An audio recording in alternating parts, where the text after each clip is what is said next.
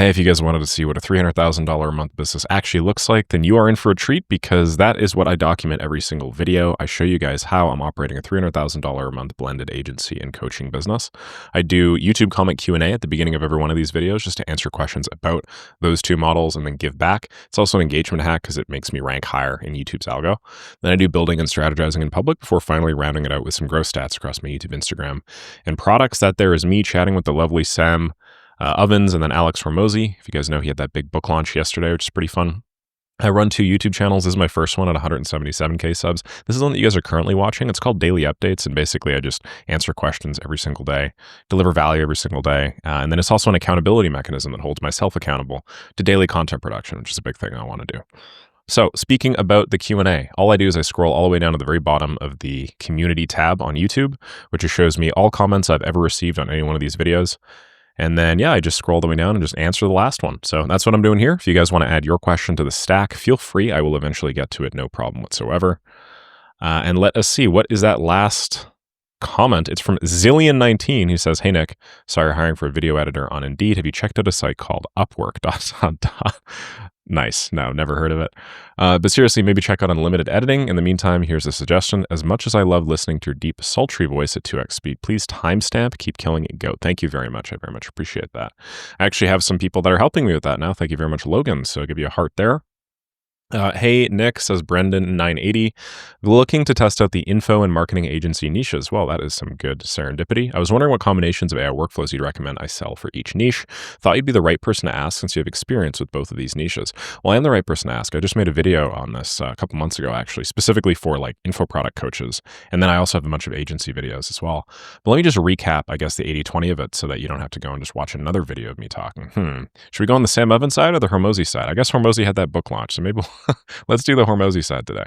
Ooh, I just realized I placed them both on their respective sides. That's pretty funny. Okay, so cool. So like for info, like info is just a term that I use for info product, right? So let's just make this a little bit smaller. For info, bunch of systems. Just keep in mind that this is typically like high cash flow. I mean, they're both high cash flow. It's typically like high cash flow, high margin, very scalable. Usually, if they do it right. Variety of different systems I would sell. The first is I would sell like a coaching management CRM or system. Basically, if you guys have ever designed a CRM before, right, customer relation management system before, or maybe some sort of project manager, you can absolutely just like tweak this into a coaching pipeline and then sell it directly to done with you coaching programs. What I mean by that, I mean like a ClickUp pipeline or maybe an Asana pipeline or whatever. When a new student comes in or a new member of your coaching group, use webhooks to take the trigger event and then create a new record inside of the CRM. The new record would just probably be first name, last name. They'd be assigned a stage, and then you would use updates to the stage column in the CRM as triggers for other things. For instance, you could trigger an update where when they go from onboarding to first week or something like that, if that's how you set up your coaching program, they automatically receive a link to a Google Drive with an email that says, "Hey, Pete, so excited to have you for your first week. Here's how the next week is going to go. We're going to give you a call on this day and that day to check in on your progress," and so on and so forth. This has a lot of value, but obviously in order for that to be relevant to the coaching business that you're applying it to, you need to understand coaching and whatnot. Another thing you can do is you could sell an AI coach. So on the heels of that big Hormozy book launch, one of the things that he included in his package was like an AI Hormozy. An AI Hormozy is basically just like a RAG chatbot that is not trained, but has access to all of the content that I, for instance, or Hormozy or Sam Ovens or any one of these other big guys in the space has talked about or done. So in case you guys don't know, basically the flow is you compile all text from whatever source. So maybe the YouTube video transcripts or maybe the books that they've written or whatever. You add to a knowledge base just being a term used to describe like a specific setup on like OpenAI assistants, for instance, or like BotPress or I don't know, Pinecone Vector DB or whatever. And then you run a chatbot using RAG, retrieval augmented generation, over the knowledge base. Now, the good news is you can actually get this out of the box with stuff like BotPress nowadays, where basically you just like upload a bunch of files. And hell, I think you can even upload audio files and stuff like that too. They'll automatically do the translation of that audio and transcription of it and stuff like that, which is pretty sick.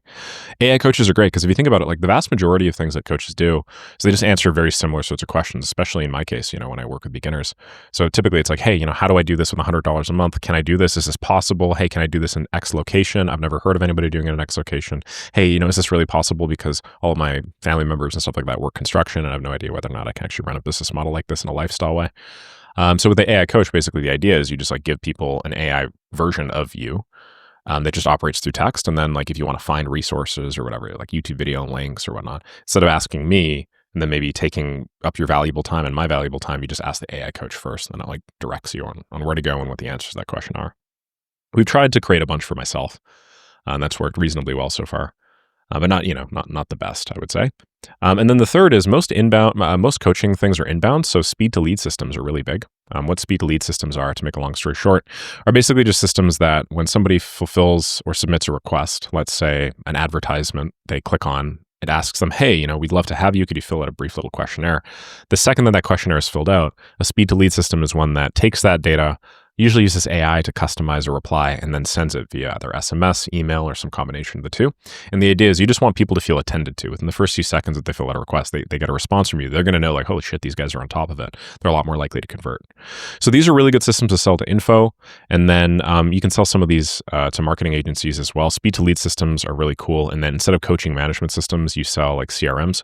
Another thing that you can do with marketing agencies and stuff is you could sell outbound systems.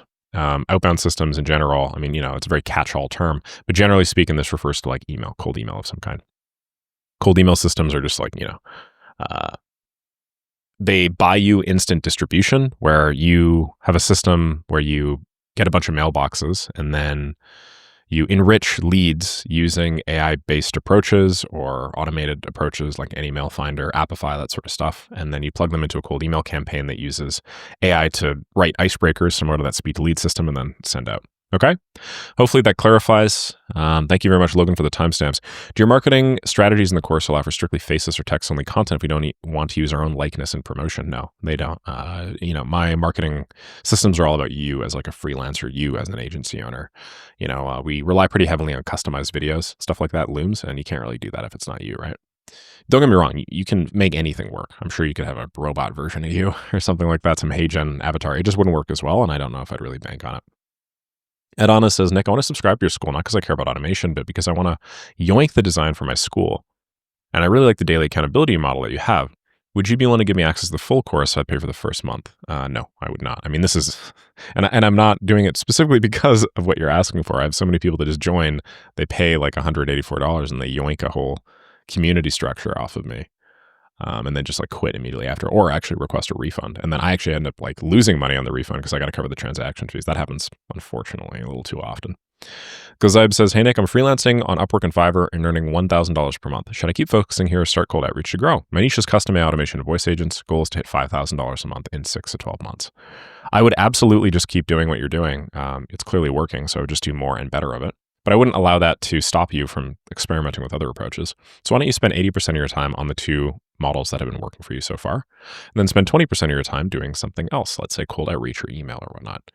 I would also significantly improve my prices. You're $1,000 to $1,500 a month. Like in Maker School, people will sign that in like their first 2 weeks, and they will sign $1,500 for one project, right? And then the next project's $3,000, the next project's $5,000. So just price more with every deal.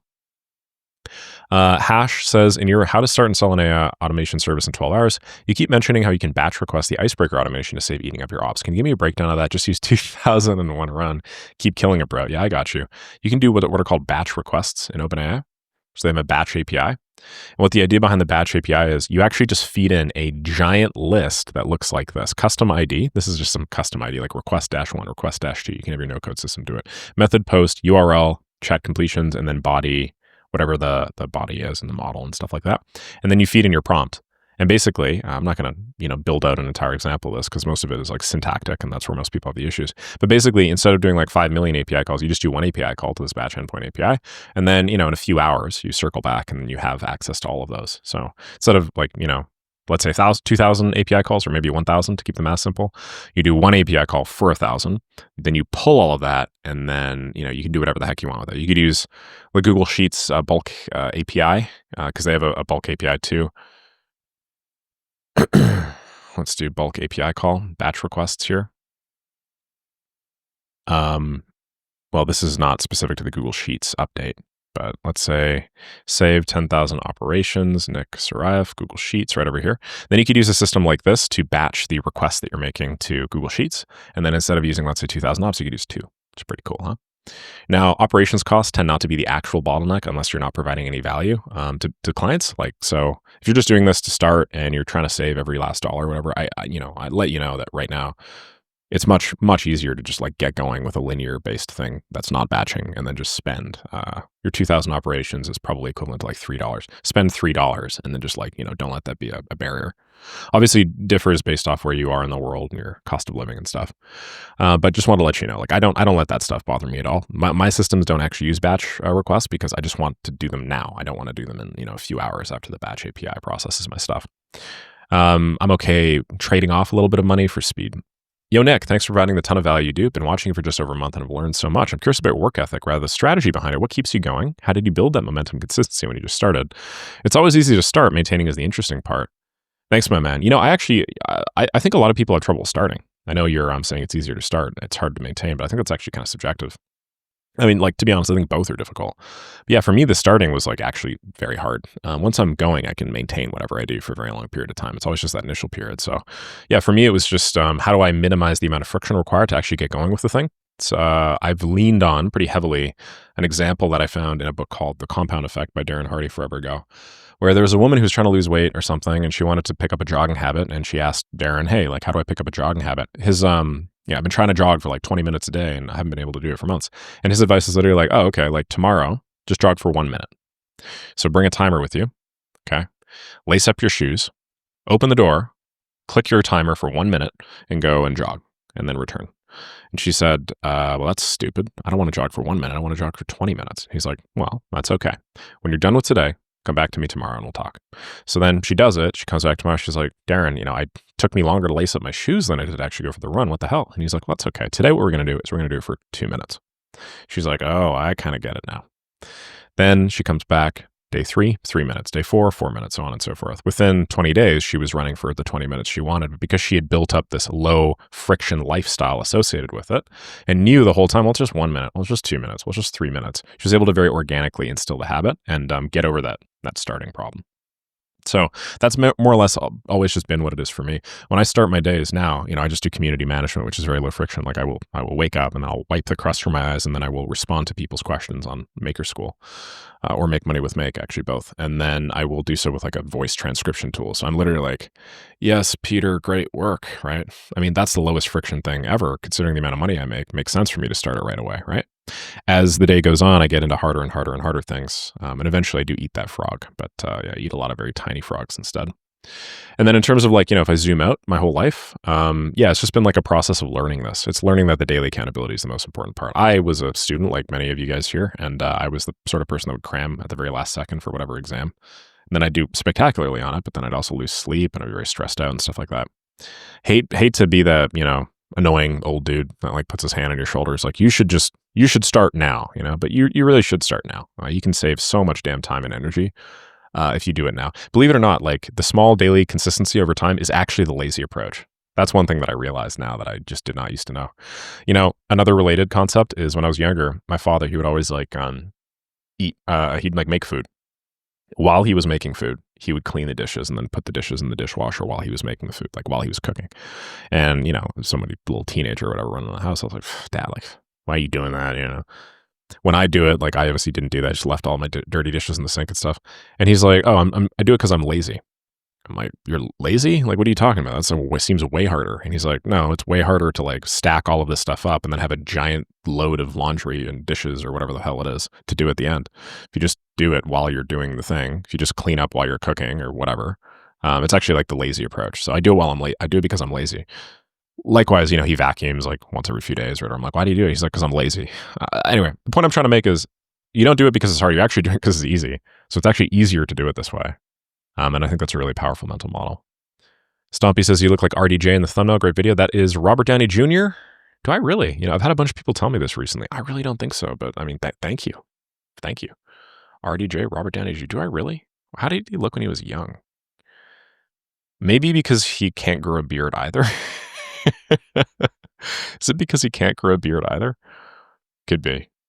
Yeah. I don't know. Do I? Hold on.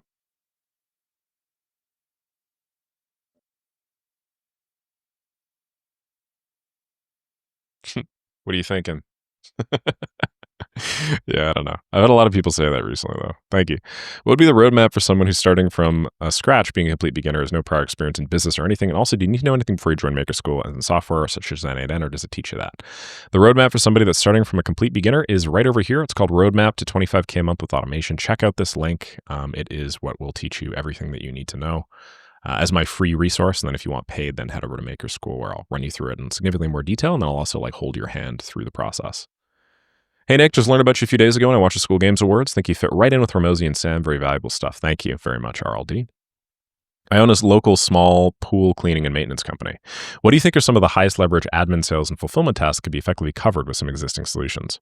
So far, I'm thinking GHL automations for inbound call and lead qual. Number 2, automated customer onboarding. Number 3, outreach for collecting reviews, testimonials, and quoting on repair installation jobs. Do you think these would work well, providing a good experience for the customer? And do you have any other automation ideas for B2C focused business? What a great question. Yeah, I mean, I got a ton. So, I mean, I'm just going to keep this open here because I think you've already named a couple good ones. GHL automations for inbound call lead qualification. So, most important thing for any sort of local services business is you need to be available when somebody calls you. Because if somebody calls you and you're not available, what they're going to do is they are going to immediately call somebody else. And if that person picks up, you will forever lose the business. So number 1, you need to have basically some form of round the clock availability or some sort of way to process inbound leads as quickly as possible the second they come in. Remember that speed to lead stuff I talked about earlier? Hopefully you're watching the video. But that speed to lead stuff I talked about earlier, that's huge for you. Being present 24/7 and being able to respond to people's queries 24/7 is the most important thing. Because if right now you're responding to inquiries maybe within an hour, if you can respond to them within 3 minutes, you're going to double your revenue right off the bat. And that's, the biggest lever to pull. So that's very, very important. Then treating these people like gold, not even an automation, but having some very verified process in place to set the lead with some sort of whatever you're doing, some quote or whatnot, to book them in, is very important. And so that's more of a sales thing, but you having a very, very rigorous sales process to squeeze as much value out of the calls that you do get is very important. This automated customer onboarding with recurring invoices creates new entry in Skimmer, which is a pool-specific CRM, all that stuff. That's fine. That's fine. Yeah, there's no issues with that. Automate outreach for collecting reviews and testimonials. That's totally fine as well. And then quoting on repair installation jobs.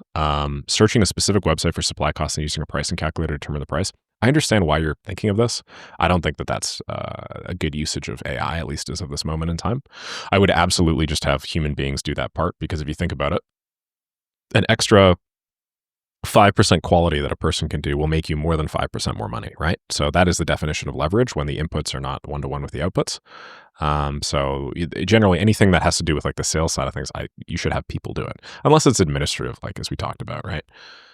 Automated proposal and document and quote generation stuff, very, very, very important. And then just trying to minimize it all and get that feedback loop as small as humanly possible. That's very important. Okay. All right, one more. This is a little outside AI automation, but I'm curious, what does your money spending habits look like? Somebody's earning almost $300,000 a month from school. What do you spend your money on? Where does the majority of it go? How do you manage it? Of course, this is life-changing money, but how does it significantly change your life and lifestyle since first starting out? If it's too personal, don't worry about it. No problem. I'm happy to answer. Yeah, I mean, it's a ton of money for sure. It's more money than 99 point whatever percent of the world make. I did the math, and I think I'm probably one of the top few hundred earners in my country right now, which is stupid. So yeah, it's kind of nutty, right? But I'll be honest, I mean, I've been acclimatized to a higher income lifestyle now for the better part of the last few years, because it's not that I just made the school community and went from broke to really rich. That's not the come up story. I ran an agency before this that also put me at the top 1% income wise. So you'd have to go pretty far back to see poor Nick. I have some photos I'm sure I could show everybody here. But yeah, if we're talking the difference between poor Nick and then let's say the difference between Nick when he was making $15,000, $20,000 a month, the major differences were quality of life purchases. I started and experiences. I started being a lot more open to paying money for experiences and knowledge. So buying programs and courses and that sort of stuff. And then also my health. A big shift for me was when I booked this Muay Thai private coach who she's like the owner of a Muay Thai gym. And I would go into the Muay Thai gym and I just found like I wasn't getting the sort of like I really wanted to get really good at this. And it was very important for me at the time, to be able to defend myself and whatnot. So I paid like $600 a month for this guy. And I remember just like when I told all of my friends at the time that I was doing Muay Thai, they're like, wow, like, what are you doing? Group class? I'm like, no, I'm doing private coaching. And they're like, teaching with private coaching? How expensive is it? I was like, yeah, it comes out like $700 a month. They're like, you're spending $600 a month? And I remember that for me was like, oh yeah, I can just do that. That's incredible. I can actually spend money on like the top tier knowledge distillation from experts now. And that was really cool. Aside from that, slightly nicer housing, of course, but I've never really been big on that. I got a car, which is cool. Previous, I was driving this old little manual stick shift Saturn Astra. And it was like a fun car and stuff, but just a pain in the ass in the winters out here in Calgary. Just because you got to be a little tighter with the control if you don't want to like spin out on a hill and stuff. So now I have some, 4-door symmetrical all-wheel drive thing that just I don't even have to think about. And then, in recent months, Ubers have been really helpful. What I've realized is, all the time that I typically spend driving, I can just repurpose for Ubers, and then I can just do work while I'm in the car. And when I say work, I just mean like respond to posts on school or something. And just do little things that otherwise would have taken me time, like when I'm at home or in the office, I can just do them while I'm Ubering, or I can have a call with somebody or whatever. So, on average, it's like 30 minutes a day, right? So I've actually been able to buy some of that back. And then better foods and stuff too. Yeah. So I'm not really big on the material wealth, and I don't really think I ever will be, but hopefully that answers your question there. Oh, obviously the peace of mind is really big. The peace of mind knowing that like I'm going to be okay no matter what happens, that's fucking huge. I used to really, really stress about that. Okay, brand stats. Let's just really quickly cover this. If you guys don't know what this is, it's an unbroken chain of stats that I've been tracking for the better part of the last very long time, where I track my main channel, which is at 177,263. Then I do my Instagram, which I track using a tool called Blast Up. It gets my follower count in real time. I think it's 312,000. This appears to be lagging. Oh, it's not lagging. 314,326. And then what's my daily updates channel again? Anybody remember it? Let's see. 12,156. Cool. So we're seeing 0.5% growth there, 0.5% growth there, 0.35% growth there. Let's go to the school games. I think I'm number 1 or number 2 right now. Yeah, it looks like Spencer is now just leapfrogging me. He made an additional $7,000 relative to me. That's the cool thing about paid ads, eh? Like with organic, I am sort of forced to do a slow burn where like, it's more consistent, but it's slow little by little every day. Spencer, on the other hand, in in school, has the advantage of just being able to like pump up his ad spend and then just grow. And it's not 1-to-1, and I'm sure he has diminishing returns on it. But yeah, it's cool to see. I feel like he could grow past 300K though, but we've just been like leapfrogging each other. I'm at 295, he's at 297, then he's at 293, I'm at 294. Yeah, I don't know. Interesting that I'm still pinned here. Yeah, school's just been pinning the hell out of me. I really appreciate that. I mean, I'm getting tons of visibility. I think I'm basically like what they're looking for. I'm not like a money hustle bro. My answer to that last question hopefully cleared that up. But I am obviously like pretty well spoken, and I care a lot about activity, which I think they care about on that. So I guess that kind of makes sense for them. But yeah, what's really interesting is we've gained. You know how many people have come to school in just the last few days? With the Hormozy book launch, I think we went up to 2,000 members in school. And then before that, it was like another like 6,000 or 7,000 members. I actually remember when this was 50K.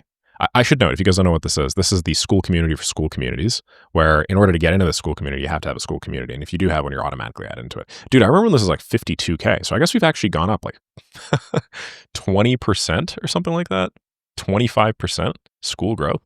And it's crazy. The vast majority of them, in some way, shape, or form, will click these 3, right? And like, this is one of them. So that's pretty fire. Yeah, that's pretty fire. Is he doing another 100? Oh, wow, he's doing another one? That's wild.